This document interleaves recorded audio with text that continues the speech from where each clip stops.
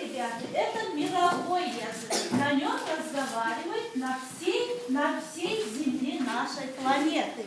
Это наша Земля. Вот это наша Земля. Вот на русском языке разговаривают во всем мире нашей Земли. Великий, Могучий русский язык! великий, Могучий русский язык! Значит, ребята, русский язык очень велика и могуча. Правильно? Правильно.